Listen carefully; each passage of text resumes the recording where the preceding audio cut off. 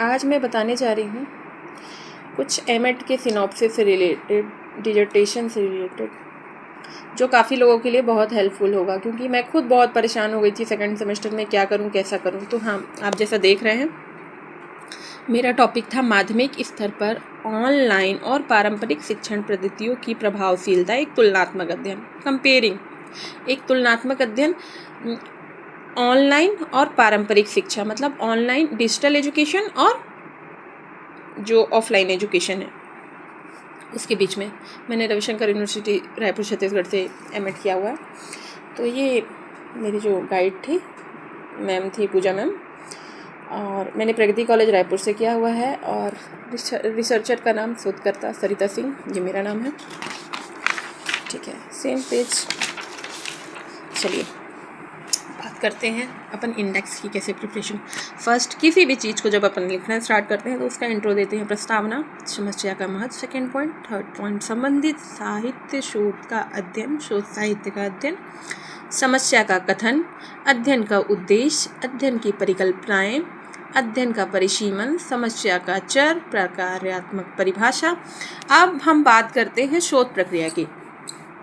तो शोध प्रक्रिया में 3-4 चीज़ें बहुत लिखना जरूरी होता है, जैसे शोध विधि, जनसंख्या, न्यायदर्श और उपकरण का चयन, सांख्यिकी विश्लेषण, 12 पॉइंट शैक्षिक निहितार्थ, संभावित शोध परिणाम, संदर्भ ग्रंथ सूची, अध्यायीकरण।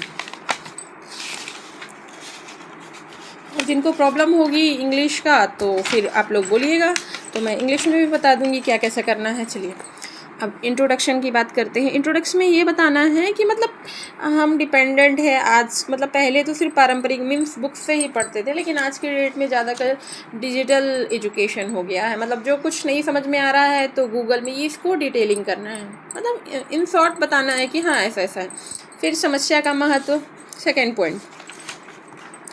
थर्ड पॉइंट है संबंधित शोध साहित्य का अध्ययन, भारत में किए गए शोध अध्ययन। तो इंडिया में जितने भी किए गए हैं 7-8 लिखने होते हैं। फिर विदेशों में किए गए शोध अध्ययन, तो विदेशों में भी 7-8 लिखने होते हैं।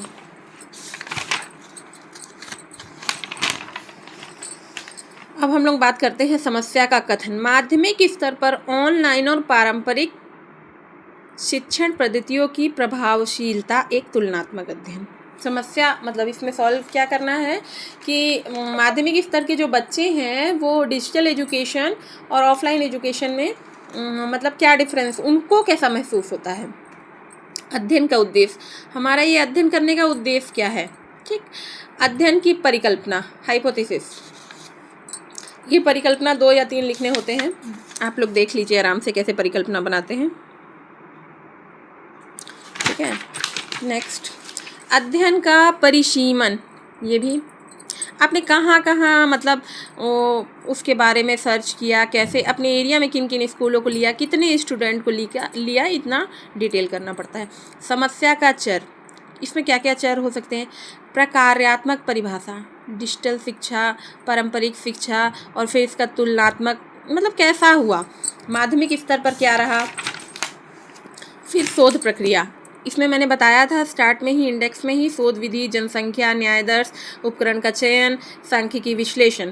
फिर इसका CR = M1 M2 upon root sigma 1 square N1 plus sigma 2 square plus N2। फिर इसमें CR क्रांति का अनुपात है, M1 समूह का माध्य है, प्रथम समूह का, फिर द्वितीय समूह का, ऐसे ऐसे करके फिर ये नंबर होते हैं N1 और N2 समूह के। अब हम लोग बात करते हैं शैक्षिक निहितार्थ। फिर इसमें भी पूरा डिटेलिंग कर देना है क्या कैसा है। मेन सिनॉप्सिस उतना डिटेल नहीं है, जो 4th सेम में डिजर्टेशन बनाते हैं ना, वो थोड़ा सा डिटेलिंग रहता है। अब है संभावित शोध परिणाम, फिर क्या क्या इसके परिणाम रहे। फिर संदर्भ ग्रंथ सूची, फिर अध्यायीकरण में ये सारा कुछ, ये भी डिटेल से आप देख सकते हैं क्या क्या कैसा कैसा है।